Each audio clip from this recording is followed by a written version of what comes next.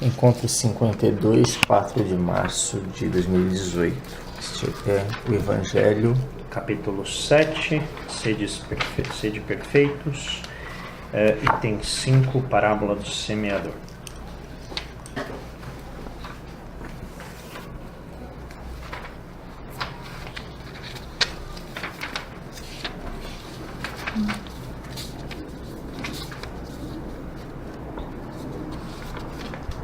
Item 5, que capítulo é? 17. 17. 17. Perdão. Corrigindo, capítulo 17, item 5. Aqui, bem, passou.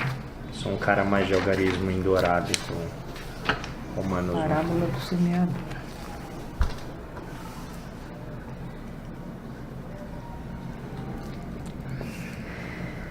Dia 4. Todos os apóstolos. 17, 5.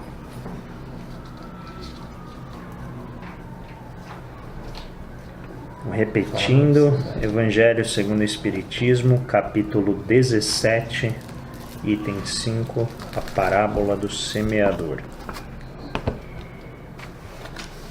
Naquele mesmo dia, Jesus, tendo saído de casa, sentou-se perto do mar, e se reuniu ao seu redor uma grande multidão de povo. Por isso ele subiu num barco onde se sentou, todo o povo estando na margem, e lhes disse muitas coisas por parábolas, falando-lhes desta maneira.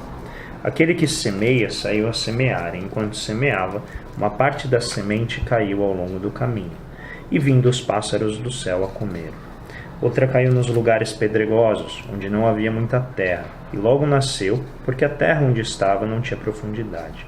Mas o sol, tendo-se erguido em seguida, a queimou, e como não tinha raízes, secou. Outra caiu nos espinheiros, e os espinhos, vindo a crescer, a sufocaram. Outra, enfim, caiu na boa terra e deu frutos, alguns grãos rendendo 100 por um, outros 60 e outros 30. Que ouça aquele que tem ouvidos para ouvir. São Mateus, capítulo 13, versículos de 1 a 9. Escutai, pois, vós outros, a parábola do semeador. Todo aquele que escuta a palavra do reino e não lhe dá atenção, o espírito maligno vem e arrebata o que havia sido semeado em seu coração. É aquele que recebeu a semente ao longo do caminho. Aquele que recebeu a semente no meio das pedras é o que escuta a palavra e que a recebe na hora mesmo com alegria. Mas ele não tem em si raízes, e não está senão por um tempo.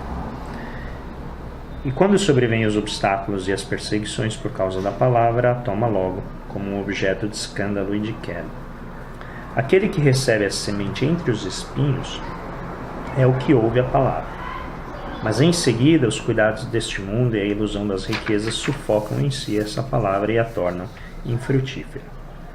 Mas aquele que recebe a semente numa boa terra é aquele que escuta a palavra, que lhe presta atenção e que dá fruto e rende 100 ou 60 ou 30 por um. São Mateus capítulo 13, versículos 18 a 23.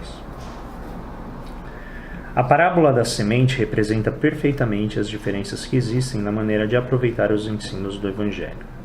Quantas pessoas há, com efeito, para as quais eles não são, senão a letra morta que, semelhante à semente caída sobre a rocha, não produzem nenhum fruto. Ela encontra uma aplicação não menos justa nas diferentes categorias de espíritas.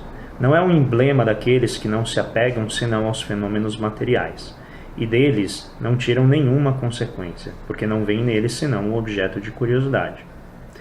Daqueles que não procuram senão o brilho das comunicações dos espíritos e não se interessam por elas senão quando satisfazem a sua imaginação, mas que, depois de as terem ouvido, são tão frios e indiferentes quanto antes, que acham os conselhos muito bons e os admiram, mas deles fazem aplicação nos outros e não a si mesmos, dos que, enfim, para que essas instruções são como a semente caída na boa terra e produzem frutos. Lemos as instruções? Tema, né? Aí Vamos tem. falar de dever, da virtude. Eu acho que Tá meio complicado. É bem longo.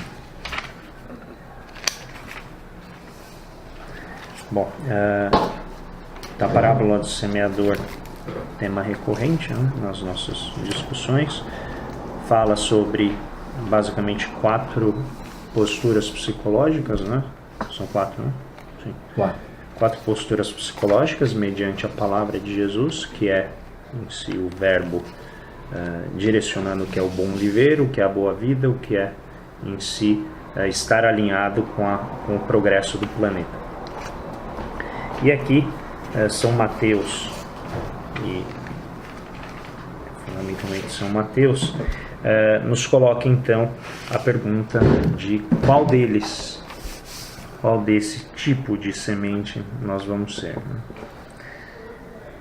E aqui eu acho que o momento que nós vivemos no planeta, e quando eu digo momento, considerando a trajetória espiritual da Terra, os últimos talvez 150 mil anos, né, são particularmente cruciais para a nova etapa do planeta.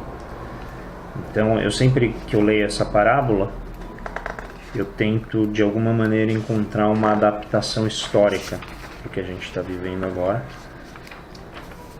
e ao mesmo tempo imaginar, né, qual era a essência da mensagem de Jesus naquele momento. Então, obviamente, nós não vivemos mais a era em que o cristianismo é a religião revolucionária ou nova. A gente já vive um momento em que o cristianismo é a religião dominante, muito embora não seja questionada em número pelo islamismo, que carrega uma mensagem parecida. E eu sempre tento entender esse momento com essa parábola no papel do Espiritismo. Então, o que essa boa nova, o Consolador, como é entendido o Espiritismo, traz para a gente? O que ela nos oferece? E, como a gente já conversou em outras vezes, eu acredito que as religiões não são nada mais, nada menos do que instrumentos culturais, formas que a gente tem de alcançar essa sexta dimensão, que seria a espiritualidade para além da matéria, né? E aí fica a pergunta: será que é possível ser apenas um tipo de semente? Ou será que em geral a gente oscila, né, entre uma e outra? A doutrina considera isso, ou esse tipo de semente está associado a um estágio da evolução do espírito, em que a partir dessas limitações ele vai, encarnação após encarnação, tentando acessar esse entendimento. E eu digo isso baseado na minha experiência pessoal, né, em que nessa existência eu tive acesso e tenho acesso às condições de poder estudar, desenvolver esse entendimento, muito embora ainda tenha muita coisa para aprender em muitos aspectos espirituais, emocionais, tal, para resolver. Mas para mim chama muita atenção quando São Mateus coloca, é aquele que recebe a semente entre os espinhos e ouve a palavra, né? Recebe. Mas aí os cuidados deste mundo e as ilusões da riqueza, né, sufocam em si a palavra. E eu acho que a história da humanidade é essa, né? A gente é sempre atraído e distraído pela matéria, pelas questões do dia a dia, e tem uma dificuldade enorme muitas vezes de conciliar essas duas dimensões, né? Como eu colocar a espiritualidade como o elemento norteador da minha relação com a matéria.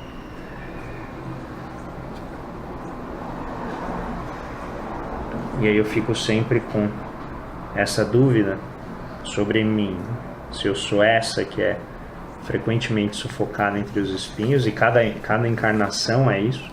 Então você vem, você recebe a palavra, recebe a educação dos seus pais, fala: isso, vou viver agora de acordo com os ditames de Jesus. Aí se desvia e depois tem que voltar de novo. Então, se o jeito adequado é ver isso, cada uma como uma encarnação, ou se são apenas momentos, né, ao longo de uma existência apenas. E fica a pergunta, né? Qual desses tipos cada um aí se enxerga como sendo? Eu não vejo isso como um rótulo. Eu acho que se o nosso objetivo é evoluir, acho que essas situações diferentes, essas diferentes situações, assim, onde a palavra cai, onde ela vai frutificar e como é que isso vai ser, eu acho que vai depender do esforço e da compreensão individual de cada um. E nesse processo de evolução, a gente pode, de repente, estar numa situação e lá na frente, evoluindo mais, tendo maior entendimento, e estar em outra situação. Você pode ser o terreno do espinho em algum momento, mas à medida que você cresce, evolui e vai buscar o saber e vai buscar o conhecimento, você poderá em algum momento se tornar sim uma terra fértil onde essa palavra vai frutificar. Então assim, eu não consigo ver isso como uma situação, hoje nessa encarnação eu sou o terreno espinhoso, na outra eu vou ser a terra fértil. Eu acho que não, eu acho que depende da situação, quer dizer, o que não impede que você seja um terreno espinhoso a vida inteira, essa encarnação inteira. Mas eu acho que nós temos a chance de nos tornarmos uma terra fértil. Essa chance nos é dada. Depende da gente abraçar. Ela está aí. Não sei o que vocês acham, mas... Não, eu acho assim, a gente vai evoluindo, vai mudando o terreno, vai mudando a semente, vai mudando o plantio, vai mudando a chuva, vai mudando a seca, e assim vai indo, sabe? Então eu acho que a evolução da gente é que faz com que o terreno e a semente frutífere ou não, né? Você vai crescer, agora você quer involuir, aí fica mais pedregoso e fica maior. Mas eu acho assim, vai crescer. A gente não evolui, né? No Livro dos Espíritos ele é bem claro quando ele fala, o espírito pode estagnar, mas ele não anda para trás. Mas eu acho que, dependendo do momento, não como uma evolução imutável, mas alguns momentos você pode estar com a terra mais fértil, alguns momentos você pode estar, né? Não é uma coisa linear. Na mesma existência, vai, volta. Tem momentos que, dependendo de como você está vivendo, está num momento, sei lá, de pensamentos mais... evolução, né? Pensamentos mais negativos, você não deixa o terreno ficar muito fértil, é mais espinhoso, mas aí pode diminuir os espinhos, mas depois pode aumentar a pedra. Eu acho que não é linear.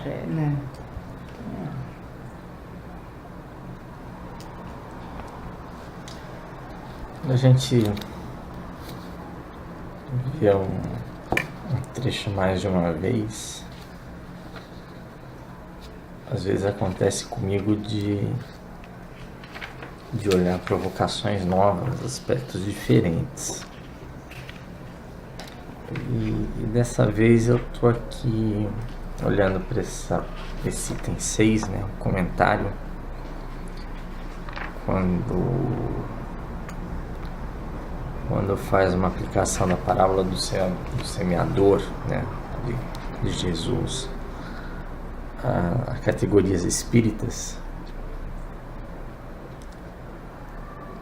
E, na verdade, me soa como uma provocação. Na verdade, lendo isso me veio uma provocação um tanto incômoda, eu diria. Porque a palavra de Jesus era destinada a todos, né? Jesus pregava a todos, sem distinção.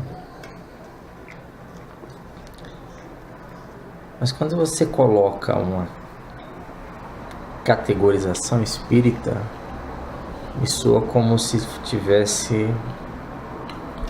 um jeito certo de ler, um jeito certo de escutar, e único, os fatos do Evangelho. E tendo um jeito específico, um jeito certo, será que não seria a mesma coisa de dizer que a palavra de Jesus era para todos, mas o Espiritismo não é para todos? porque tem um jeito único e as pessoas que não seguem esse jeito único não estão desperdiçando essa palavra. Não entendi, Paulo. Desculpa. Você poderia explicitar como que o Espiritismo faz isso de uma maneira diferente? Só para entender melhor. Eu não consegui te acompanhar. A ideia é, se a palavra é geral, por que o Espiritismo seria o veículo adequado dessa mensagem, não outras formas de entender? Por que a gente deveria seguir aqui? Mas o Espiritismo não obriga você a Não, então por isso que eu acho que ele a gente não entendeu direito o que ele quis. Realmente não... Segue. Acho que meu pensamento quando você categoriza de que a semente pode ser em boa terra ou pode sair no espinheiro, pode não ter nutrição, pode ser comida pelas árvores,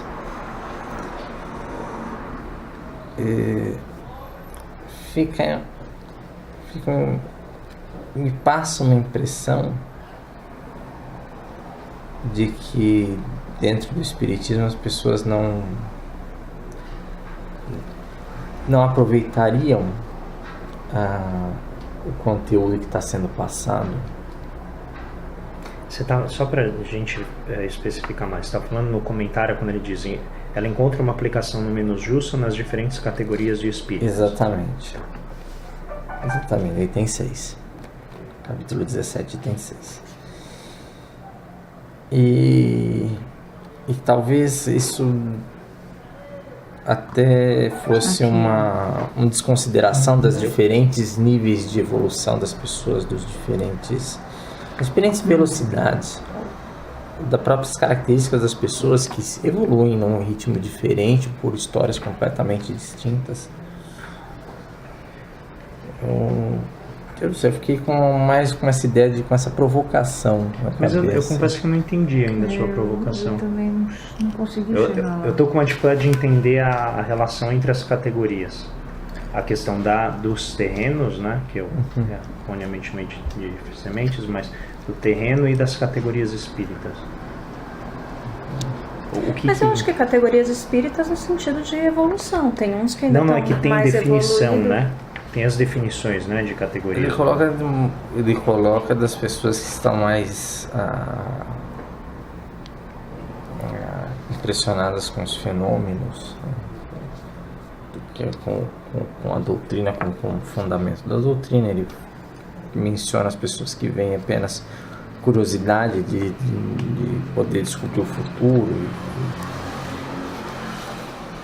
E acho que eu já até teria mais categorias se fosse fazer uma categorização.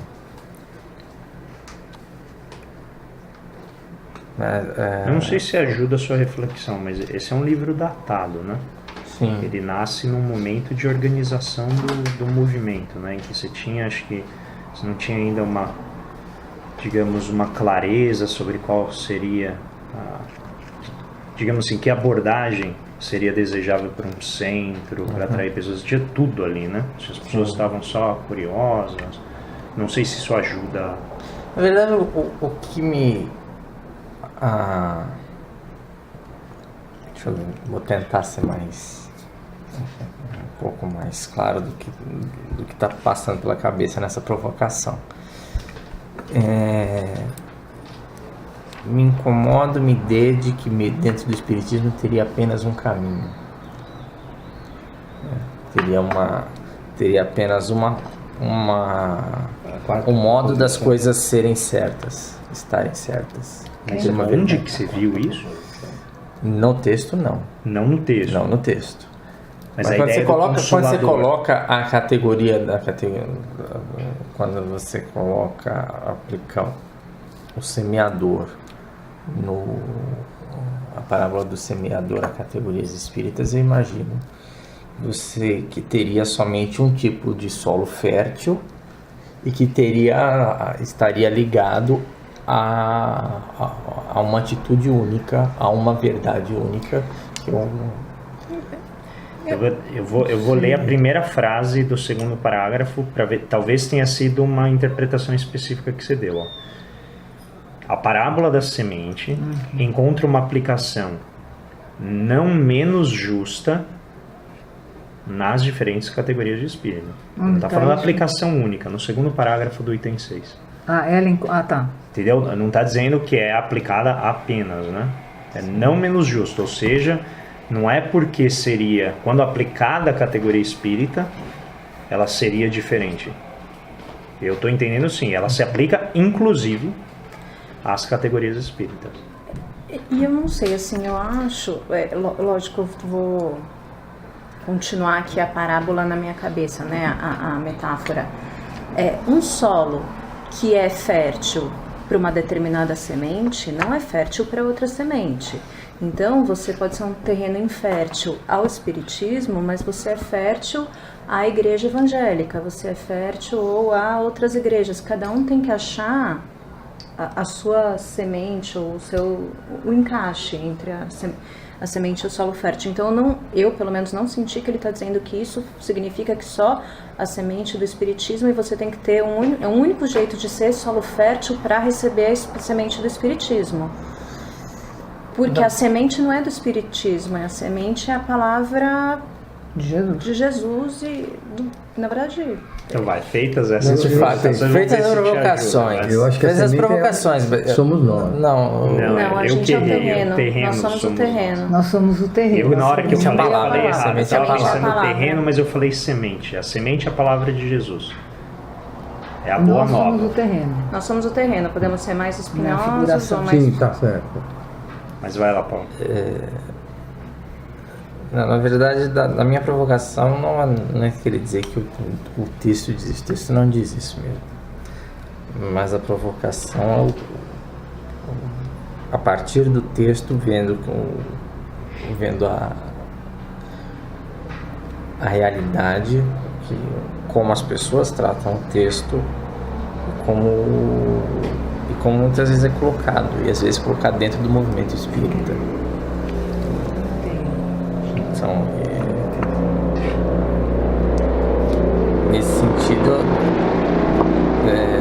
quando fala que os termos, nós estamos com várias intercorrências, né? Passa helicóptero, passa... Vamos firmar.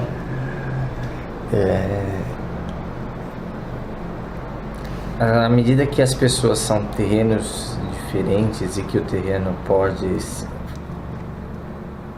não ser adequado para a doutrina espírita e ser para outro caminho, como a Fê colocou, na verdade reforça a minha ideia provocativa, falando talvez o espiritismo não seja para todo mundo, diferente da palavra de Jesus. Sim. Não sei, eu não achei a coisa E é mais como eu falei, muito mais uma provocação. Esse texto me deixou uma provocação, uma pergunta que eu não tenho respostas. É que eu acho que eu não sei, eu vou tentar reproduzir o que eu entendi da sua provocação. Existe no movimento espírita a tendência, por parte de alguns, de declarar o espiritismo como o canal adequado para a palavra de Jesus. Esta abordagem seria incompatível com a própria essência da parábola do semeador. Sim. É isso? Sim. Tá. Essa provocação é uma boa forma de caracterizar a provocação. Eu acredito que, a despeito de haver, eu concordo, essa inclinação, novamente a gente deve buscar entender primeiro a mensagem e depois o contexto em que ela foi feita, né? Então a apropriação, né, das mensagens, ela acontece nas diferentes religiões, e eu confesso que a partir da parábola do semeador eu não sei o que seria o papel das religiões nessa parábola. Porque aqui a gente tem dois elementos. Me parece ser bastante individual essa abordagem de Jesus. Você tem uma semente, que é a palavra, e você tem os tipos de terreno. A religião é o semeador. Então eu não sei. Não sei.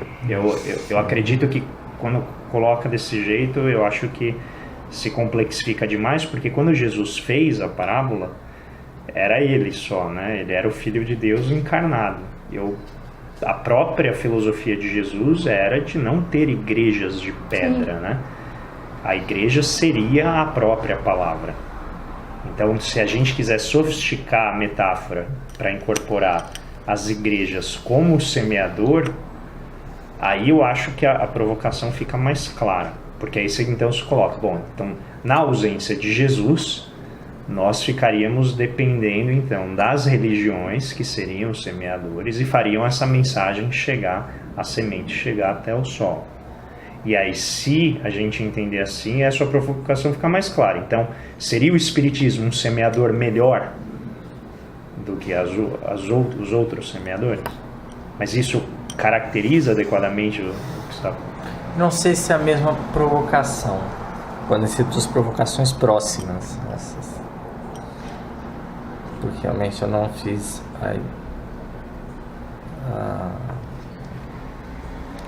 quando eu fiz a provocação, eu não estava com uma ideia de categorizar o papel das religiões como intermediário desta palavra de Jesus. E na verdade eu não fiz nenhuma aplicação direta, praticamente extraí uma situação colocada pela parábola comparada com uma situação de vida real. E na vida real eu acho que pode ter esse ruído entre a própria forma de apresentar a doutrina espírita, de pregar a doutrina espírita e a ideia do próprio ensino de Jesus por parábolas. Você acha aí? Eu acho que está complexando, está muito complexo o negócio por uma coisa muito simples, sabe? Ele veio aqui, colocou o que ele queria, é próprio do ser humano colocar a sua vontade, aquela história do que conta um conto, aumenta um ponto, sabe? Muita coisa, não quer dizer que foi exatamente assim que ele falou, ou lá ou aqui, tá? Não foi exatamente como Bíblia, como qualquer outra coisa. Eu acho que tem que ter religião para tudo, tá? Eu acho que tem desde gente que mora nas cavernas ainda e desde gente tipo Chico Xavier e etc e tal. Eu só acho que é o seguinte: o que se planta, se colhe. Pode ser em terreno ou não colhe, tá? Terreno arenoso, pedregulho e tal. O terreno fértil se planta. Eu não, por exemplo, que nem eu não tenho... o meu terreno hoje é muito diferente do que era anos atrás. Hoje ele é muito melhor, é muito frutificado do que era um tempo atrás, por causa de evolução. Então, se eu ver isso daqui do meu jeito, é uma coisa. Se o José vê de outro, é outro jeito. Depende do que ele está passando também. Eu só acho o seguinte: a palavra tem que ser passada o mais simples possível, e não importa quem passe, se é evangélico ou qualquer outro nome que se dê. A palavra tem que ser passada. Essa é a minha opinião. É por isso que eu falei no começo, eu acho que em uma encarnação você vai passar por essas situações. Eu não acredito, por exemplo, que nessa encarnação eu tenha sido só um solo infértil. Eu também concordo nessa colocação da Rita que hoje eu acho que meu terreno está melhorzinho. Entendeu? Tem uns pedregulhos para lá, jogados de lado, uns espinhozinhos jogados de lado, no meio lá tem um canteirinho assim que está tentando dar alguma coisa, entendeu? Uhum. Então eu acho que vai mesmo da questão da evolução nessa encarnação, né, que a gente conhece, né, desse nosso processo evolutivo. Agora, eu não consegui fechar nessa coisa da categoria, isso para mim ficou difícil. O que eu entendi do que o Paulo colocou é que chegar lá, Paulo. Existe de fato uma inclinação no movimento espírita de dizer que o espiritismo seria, né, o veículo dessa verdade. E algumas pessoas, e eu não sei, acho que eu consigo entender, se eu estou entendendo adequadamente, quando leem essa parábola, leem o seguinte: o que recebe a semente numa boa terra é aquele que escuta a palavra, igual espírita. Não é isso. Entendeu? Se eu estou entendendo a crítica do Paulo quem lê essa parábola e é espírita, esse ponto. lê essa última frase e fala, esse aqui é o movimento espírita. Os outros, que foi o que a Fefe colocou, seriam associados às pessoas que têm um entendimento limitado do que seria a palavra de Jesus e acabam então sendo rotulados. É que diferente talvez da interpretação do Paulo, eu entendo que essa primeira frase do segundo parágrafo imuniza o movimento, imuniza, né, o espiritismo disso, dizendo essa parábola encontra uma aplicação não menos justa, ou seja, é igualmente justa nas diferentes categorias dos espíritos. Dentro dos espíritas você vai ter todo mundo lá dentro. Os com pedra, os com espinhos. Mas o Paulo pode ter razão que as pessoas talvez só leiam o item 5. A provocação é essa. E não lê o restante. Chegamos na provocação. Provocação. Já que o único terreno fértil possível é... Exatamente. Agora, eu tenho uma interpretação... A evolução é uma evolução. Então, eu tenho uma interpretação que é associada ao que a gente chama mais ontológica, que é uma questão do estágio de avanço do espírito como um todo. Eu acho... Calma. Eu acho que tem várias... te acompanhar. Eu acho que tem várias possibilidades de aplicação, mas eu entendo... Eu acho que você pode fazer uma aplicação mais micro teológica, assim, olha, cada momento da minha vida eu sou determinado solo e tal. É que eu estou entendendo aqui o solo como o espírito, e o espírito é um. Então você pode ter ações momentâneas, você pode ter momentos de iluminação, você pode aprimorar ao longo de uma existência, nada disso está sendo excluído disso. Mas eu fico imaginando, quando você toma determinados movimentos isoladamente, novamente, isso é uma pergunta, não estou afirmando isso, é apenas uma opinião. Me parece que você perde um pouco a essência do argumento, que é você, ao longo da trajetória, você é um espírito. E aí você pode ser o espírito que vai receber essa palavra e rapidamente essa palavra vai ser sufocada lá dentro de você. Você pode ser o espírito que recebe a palavra, mas com alegria, você fala, nossa, que legal, gostaria de viver isso, e em seguida deixa isso morrer e assim por diante. E aí eu acho que a cada momento que você evolui como espírito, você pode migrar entre essas categorias. E aí existe, na minha visão, uma aplicação prática e aí individual, independentemente da religião, que é, a gente deve sempre buscar ir além. Então, como o espírito evolui? Mas como o espírito... O espírito evolui Vocês combinaram? Quase. O espírito evolui como? Na roda, na sequência das reencarnações. Não, a gente não está discordando. Eu não discordei do que vocês falaram. Eu só estou... Assim, o entendimento da parábola, eu não sei se ele se dá meio assim... Em pontinhos específicos, ou se é uma questão do ser, da formação do ser. Serve para as duas versões, da questão de cada momento e para o espírito como um todo. Naquele momento ele é mais de determinado momento. Nós vamos pensar lá. É que eu acredito... Não, mas é que eu acho que faz uma diferença essencial, sem complicar demais. Se você toma apenas as ações, eu acho que há o risco de você se autoavaliar de maneira exagerada. Como no momento de chegar, não, eu aprendi pra caramba, eu já melhorei pra caramba, eu já fui... E aí eu não sei se esse é o ponto da parábola. Se a parábola é para você se autoavaliar a cada momento, ou se é para entender o seguinte: que tipo de espírito eu sou? Eu sou um espírito que consegue, no momento da dificuldade, honrar os padrões de comportamento que Jesus colocou como sendo os padrões que levam à boa vida. Ou eu sou aquela pessoa que acha muito bonito na teoria, mas toda hora que eu vou para a realidade... essa palavra não se torna ação. Porque não adianta assim, só no momento você faz, com coisas que são simples para você. Mas no momento que as coisas são difíceis, aí você recorre aos padrões antigos, aos padrões pré-semeadura. Por isso que eu acho que quando você pega localizadamente, você pode gerar um diagnóstico falso, um falso positivo. Ah, eu fui lá e tive uma ação positiva com uma pessoa, fui lá e fiz uma caridade.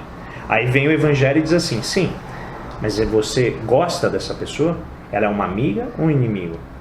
Ah, ela é uma amiga. Então, legal. Vamos ver o que acontece quando aparecer um inimigo. Se você vai ter este mesmo comportamento ou se você só é crístico com pessoas de quem você gosta. Você entende? Então, aí a interpretação localizada, ela pode se tornar um problema. Porque a pessoa pode embarcar numa imagem exagerada da sua própria compaixão, e aí no momento que realmente importa, no sentido da prova do espírito, né, de ele ser caridoso com o inimigo, um adversário, ele falha. E aí ele fica, não, mas eu não era tão bom, eu não era já o bom terreno? Ou será que só mudou a estação, parou de chover? A culpa é de quem se parou de chover? E eu me tornei um terreno mau. Estou cheio de nutrientes, mas olha, não tem água, então ó, a culpa não é minha. Então eu acho que quando você faz essa análise localizada, eu acho que corre o risco de confundir, porque você fica muito refém de circunstâncias e não do momento em que o seu espírito está vivendo. Entende? Esse é o sentido de ontologia, é, no geral, o que você é como trajetória, não como evento localizado. Não sei. Não, mas não é para ter resposta. Não é pra ter Eu acho que o importante é a elaboração da provocação. Tá certo.